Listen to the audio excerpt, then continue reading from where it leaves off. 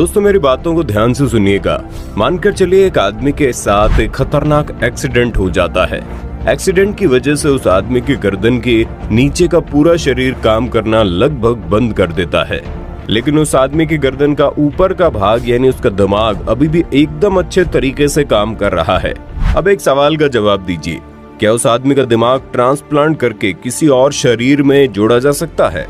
ये एक ऐसा सवाल है जो लंबे समय से दुनिया भर के वैज्ञानिकों के दिमाग को परेशान करके रखा हुआ है। उनका मानना है कि जब किसी आदमी का लिवर ट्रांसप्लांट हो सकता है, हार्ट ट्रांसप्लांट हो सकता है, स्किन ट्रांसप्लांट हो सकती है, हेयर ट्रांसप्लांट हो सकते हैं, तो फिर किसी का दिमाग क्यों नहीं? शरीर के बाकी अंगों की तरह किसी इंसान के दिमाग को ट्रांसप्लांट करके किसी और के शरीर से क्यों नहीं जोड़ा जा सकता? इसी बात को सोचते हुए साल 1900 के दौरान एक ब्रिटिश वैज्ञानिक ने एक अलग नस्ल के कुत्ते के खोपड़ी को उसके शरीर से अलग करके दूसरे नस्ल के कुत्ते के साथ जोड़ दिया। वैज्ञानिकों को इस बात का पूरा भरोसा था कि जैसे ही सर्जरी पूरी होगी कुत्ता होश में आ जाएगा, लेकिन अफसोस कि ऑपरेशन के लगभग एक सप्ताह बाद भी कुत्ता होश में नहीं आया और पता चला उस कुत्ते की मौत हो चुकी है। इसके बाद लगभग साल 1960 के दौरान एक बंदर के साथ ऐसा किया गया। इस बार वैज्ञानिकों को थोड़ी सफलता मिली और हुआ ये कि खोपड़ी को अलग करके किसी दूसरे बंदर के शरीर के साथ जोड़ने के बाद बंदर होश में भी आ गया, लेकिन अफसोस कि बंदर का शरीर का कोई भी अंग काम नहीं कर रहा था और लगभग 9 दिनों बाद उस बंदर की मौत हो गई।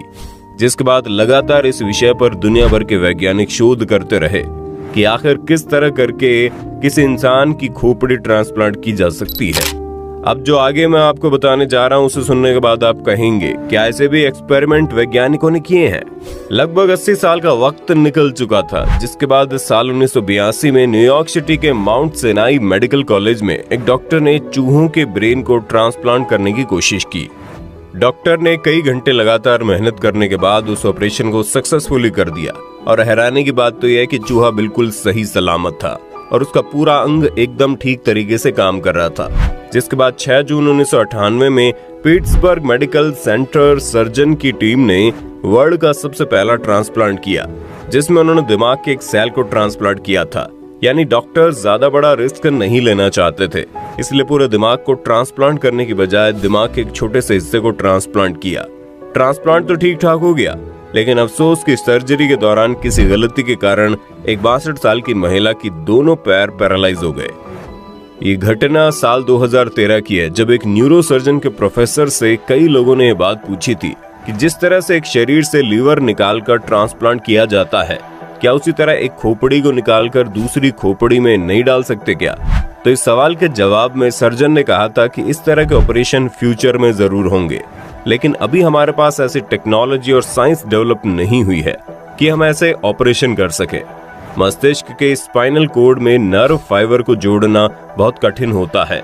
नर्व फाइबर को मेरा मतलब है दिमाग से निकलकर हमारे शरीर के छोटे छोटे अंगों तक बड़ी ही बारीक, जिसे हम अपनी आंखों से नहीं देख सकते, वैसे नर्व्स जुड़े होते हैं।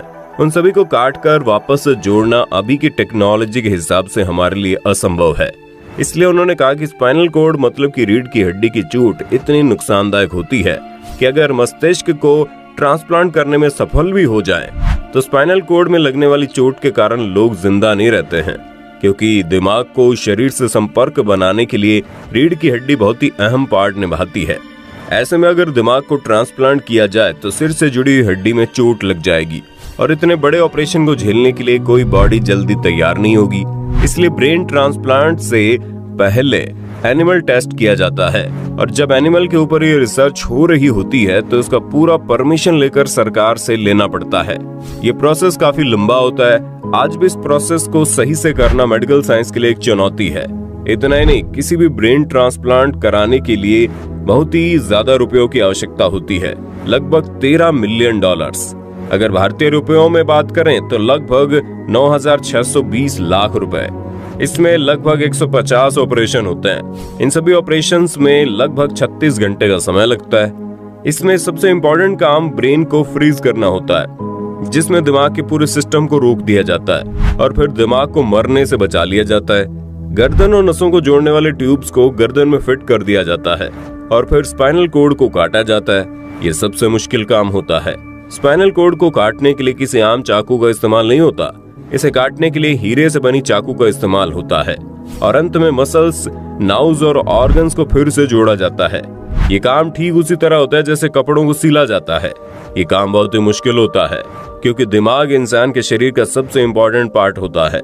ब्रेन ट्रांसप्लांट करना आज भी साइंस के लिए एक चुनौती बना हुआ है क्योंकि इस वक्त पूरी दुनिया में अब तक ऐसा एक भी केस नहीं हुआ है जब किसी एक इंसान की खोपड़ी को उसके शरीर से अलग करके किसी दूसरे शरीर के साथ फिट किया गया हो। दोस्तों, उम्मीद करते हैं जानकारी आपको अच्छी लगी होगी। वैसे जाने से पहले आपसे एक सवाल है, आपके मुताबिक मृत्यु के बाद क्या अंग दान करना सही है या गलत? आप हमें कमेंट करके बताइए। वीडियो अच्छी लगी तो लाइक कीजिए, चैनल को सब्सक्राइब करके बेल आइकन दबा देना।